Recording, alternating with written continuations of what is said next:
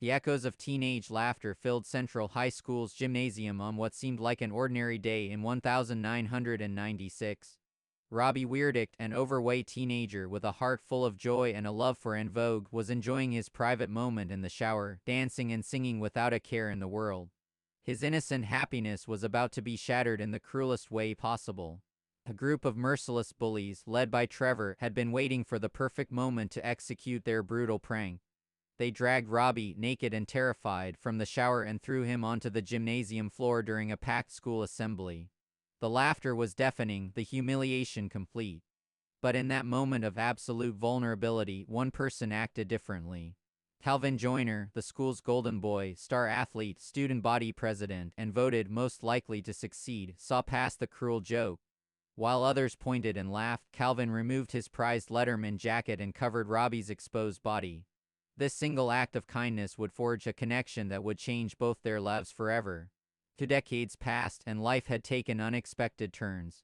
Calvin Joyner, once destined for greatness, now found himself trapped in the mundane existence of a mid-level accountant. His office walls, decorated with fading high school achievements, seemed to mock his current reality. Though married to his high school sweetheart Maggie, Calvin couldn't shake the feeling that he had somehow failed to live up to his potential. His daily routine of spreadsheets and budget meetings was a far cry from the extraordinary future everyone had predicted for him. The approaching 20-year high school reunion only amplified his sense of underachievement. How could he face his former classmates when he had so little to show for his supposed potential? Everything changed with a simple Facebook notification. A mysterious Bob Stone wanted to connect. Calvin, initially skeptical, accepted the request, leading to a meeting at a local bar that would open his carefully structured world. The man who walked into the bar defied explanation.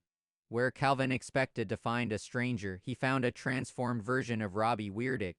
Gone was the overweight, bullied teenager. In his place stood a mountain of muscle and confidence, though still wearing a unicorn t-shirt and jorts that suggested some part of the old Robbie remained. Bob's transformation was more than physical. He had become a CIA agent, though his childlike enthusiasm and admiration for Calvin remained unchanged.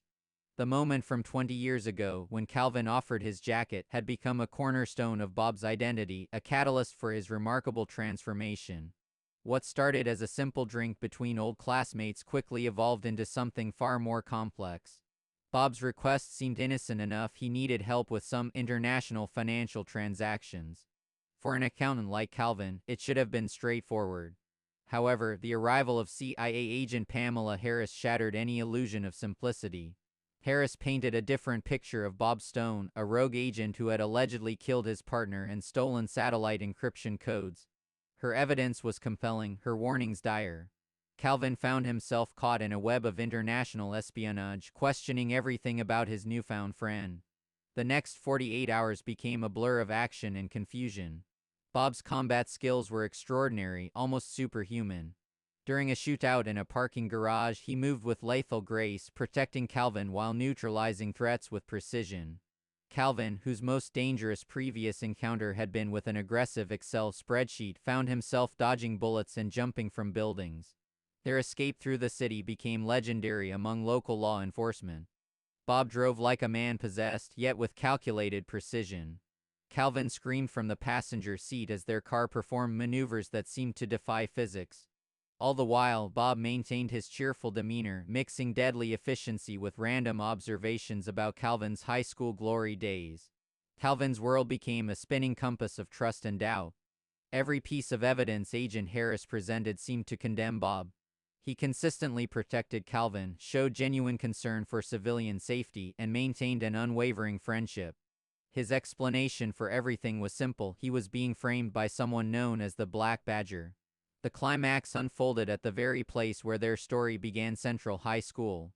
The 20-year reunion became a battleground of past and present. Trevor, the former bully, was there, still carrying his old arrogance.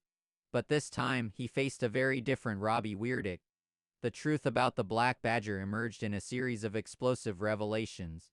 Bob's innocence was proven through Calvin's brilliant financial analysis, which revealed the real traitor's identity. The satellite codes were recovered, and Bob's name was cleared. The aftermath brought more than just professional vindication. Calvin discovered that success wasn't about meeting others' expectations, it was about finding your own path to greatness. His accounting skills had saved the day in ways his high school self could never have imagined. Bob's transformation was complete, not just physically but emotionally. The bullied teenager had become not just a capable agent, but a man who could face his past with confidence. The reunion crowd watched in awe as the former outcast commanded respect not through fear, but through strength of character. The days following the reunion brought seismic changes to both men's lives. Calvin's accounting firm was stunned to discover their mild-mannered employee had helped prevent an international crisis. His colleagues, who once saw him as just another number cruncher, now looked at him with newfound respect. The man who felt he had fallen short of his most likely to succeed title had succeeded in ways no one could have predicted. Bob's reputation within the CIA underwent a dramatic transformation. The whispers of rogue agent were replaced with stories of loyalty and dedication. His unorthodox methods and seemingly childlike enthusiasm were no longer seen as liabilities but as assets that allowed him to see things others missed. The bullied teenager who fled his high school in shame had become a legend in the intelligence community. Maggie discovered a new side to her husband. The Calvin who returned from this adventure wasn't the same man who had been dwelling on his unfulfilled potential. He carried himself differently, spoke more confidently, and most importantly, had stopped measuring himself against his high school achievements. Their marriage grew stronger as they both embraced this evolution. For Bob, the healing was profound. The unicorn t-shirts and jorts remained not as remnants of past trauma, but as proud symbols of self-acceptance. His physical transformation had been impressive, but his emotional growth was the real victory. He could now look at old high school photos without flinching, understanding that Robbie Weirdicht hadn't been weak, he had been the foundation for something extraordinary. Trevor and the other former bullies had to reconstruct their own narratives. The hierarchy of high school, which had seemed so important and permanent, crumbled in the face of real-world achievements.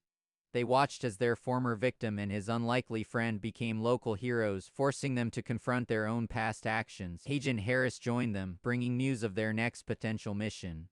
But this time, there was no hesitation. Calvin didn't need to be convinced or tricked into participating.